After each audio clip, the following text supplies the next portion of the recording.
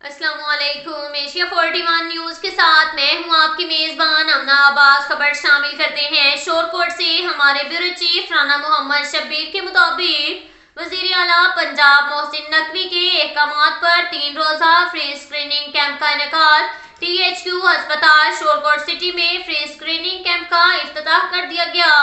افتتاح assistant commissioner نیاز احمد مغل کی جانب سے کیا گیا۔ اس موقع پر ڈی ایس پی شور کوٹ Mehr Hayat Sargana, M S T H Q ہسپتال doctor Naveed Safdar, deputy district health officer doctor Rehan Tahir, D M S doctor Wasif Altaf کے علاوہ دیگر عملہ بھی موجود تھا۔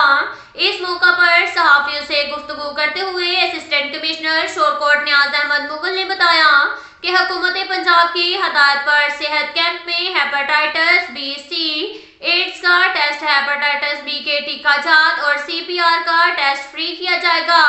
شوگر، ہائی بلڈ پریشر اور شوگر کی اسکریننگ کی جائے گی۔ ٹی ایچ کیو ہسپتال میں 500 مریضوں کے فری ٹیسٹ کا ٹارگٹ پورا کیا جائے گا۔